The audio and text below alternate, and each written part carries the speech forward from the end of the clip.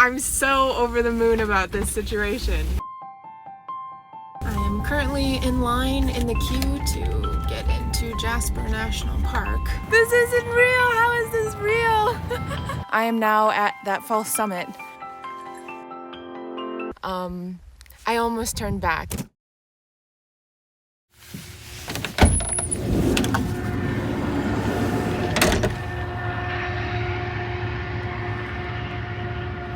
Sorry, it might be a little noisy because there's a train behind me, but welcome to Alberta, Canada.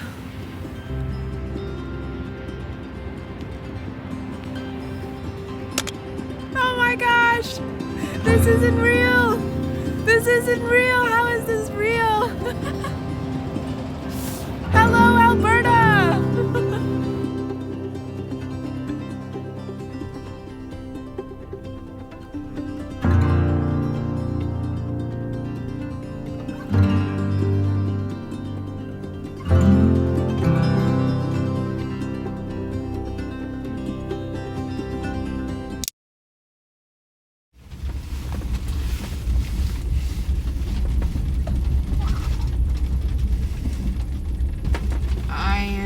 I'm either the only person here or there's room to turn around if this boondocking spot is already taken. Oh my gosh.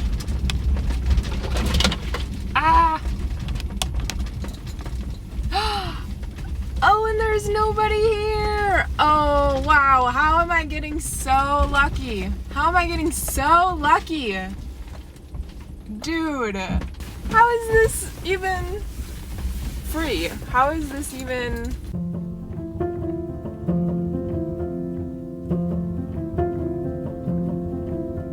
So originally the plan was to head to Mount Robson Park today. I really wanted to do a trail called Berg Lake Trail, but upon further research, apparently there's a long-term closure that I was unaware of when I first picked it. So I need to make up a new plan on the fly. So this is called Yellowhead Highway. So I'm just gonna keep going along here and make up a new plan as I go.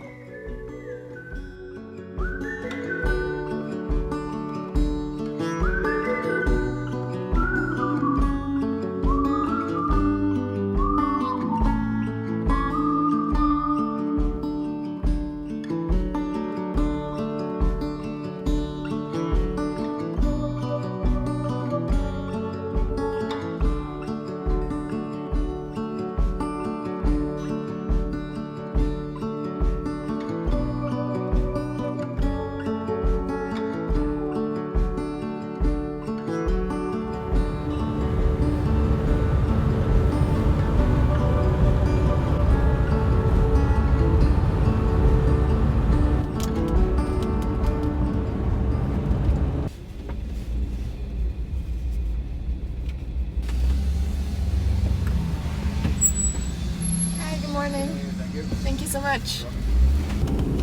So easy. So easy. Get the Parks Pass. Get the Parks Pass. I don't know. For a whole year, just make sure you go a whole week. I don't know. And then it's worth it. Somebody to lean on. I just might have a problem.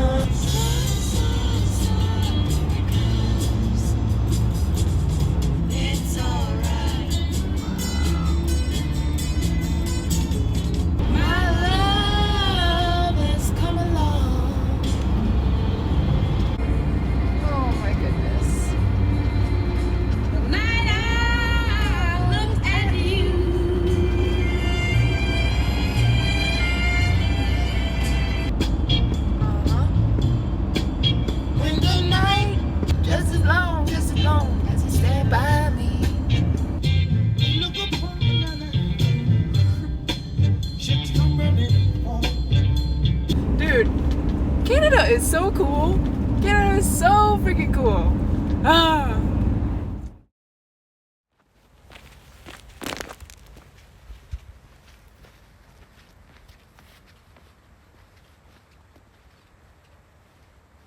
But seriously, what a beaut. I think that you just can't really go wrong if you follow your way towards rivers and mountains, you know?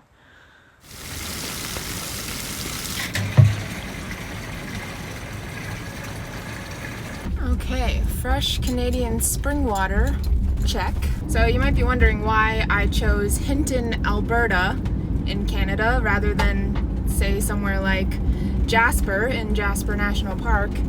And my reply would be because why not?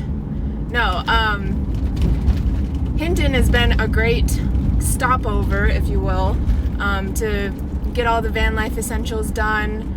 And it's beautiful out here. I've met some wonderful people. The thing about Jasper is, one, I've been there before, and two, it's a zoo. Like, it's just a zoo, literally and metaphorically, and it's a tourist town. And I'm not saying that it isn't Canadian. It's certainly a Canadian town, but it's a tourist town, and so you gotta pay to park everywhere. It's just a lot of gift shops and all that razzmatazz, and that's not what I'm going for. I want the countryside of Canada experience, and it's beautiful here in the fall. Holy shit.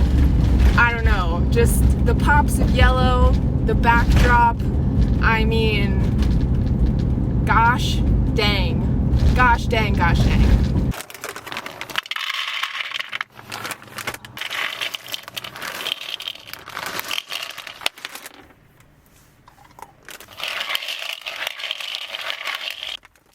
So I'm gearing up for my first solo summit. I guess you could call this my signature Uncharted trail mix. It's got almonds, cashews, craisins, and raisins, dark chocolate covered almonds, and pretzel pieces. I just mix it all together and store them in the plastic bags that the ingredients came in. A batch will usually last me a couple of weeks. All right, let's get this hike.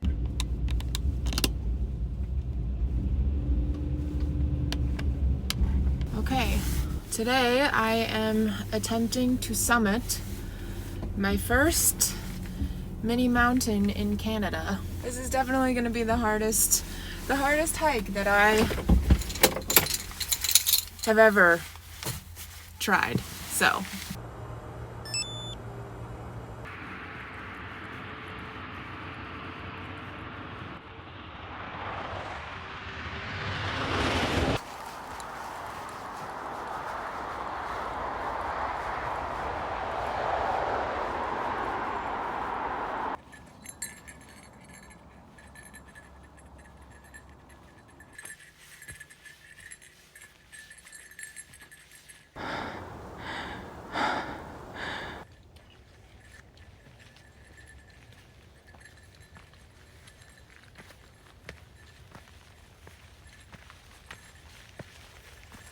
okay, I'm exactly 2 miles into the hike. 1600 something feet of elevation. So yeah, the first 2 miles have been hard. Very uphill, very much up. But this is the first waypoint. This is the first viewing spot.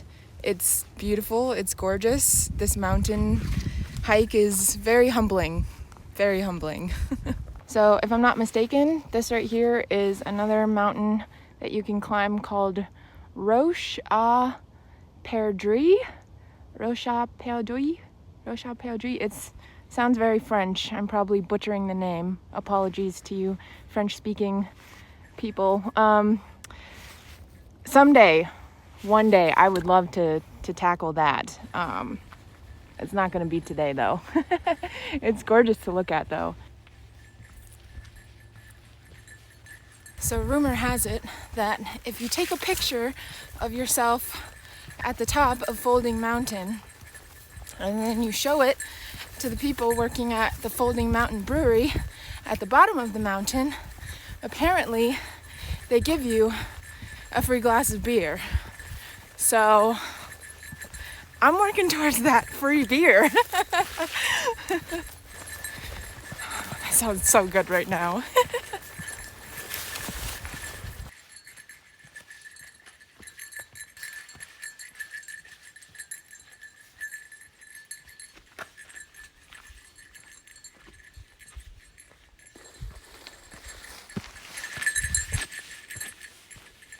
I think what I love the most about about hiking on mountains and just mountain hiking in general, is that it has so much to teach you about humbling yourself and discipline. Discipline is really just choosing between what you want now and what you want most.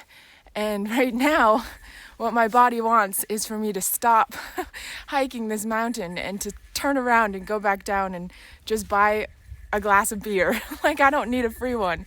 That's what my body wants right now. It just wants me to stop. But what I want most is to climb this friggin' mountain and get to the top. And so I just have to constantly choose with every step between what I want right now and what I want most. So I'm gonna finish. I'm gonna finish.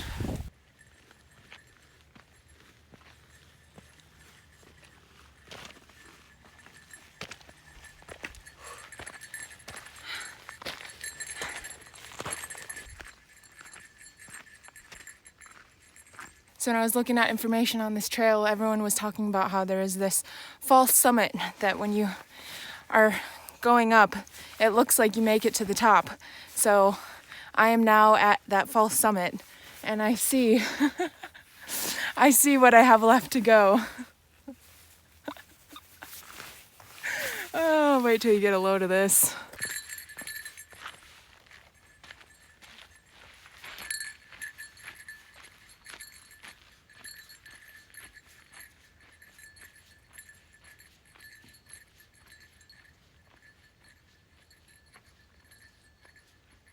To be honest, it's not the up that concerns me. It's the part when I want to go back down.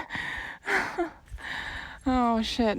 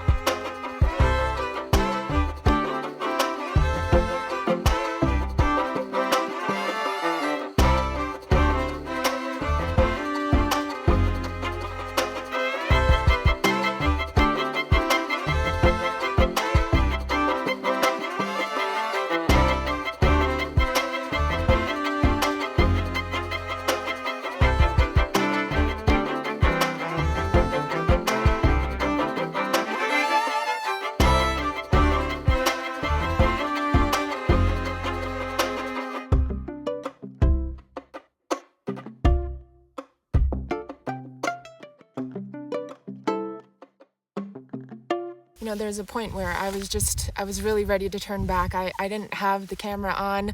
I had to put all of my focus into just getting to the top of this mountain. I almost turned back, and I just want to say that this was the perfect first solo summit hike I could have ever imagined, because it pushed me right to my limits, and then helped me go past just the perfect amount. If I talk anymore, I will start crying, so we're not going to do that today. Just need to say that, Canada, you have captured my heart in one hike, so what else you got? I need to scramble down the mountain and go get my free beer before they close, so.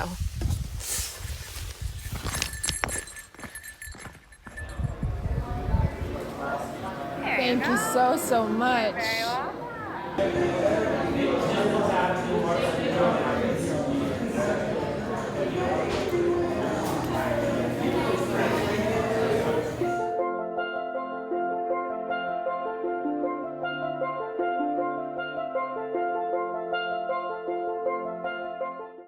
So I don't know if this is interesting to anyone, but I'll throw some stats up for anyone who cares.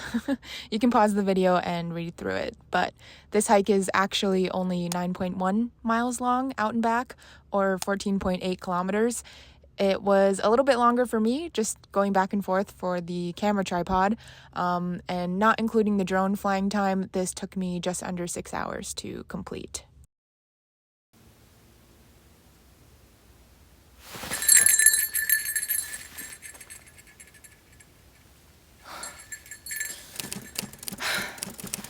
You scared the shit out of me. All right.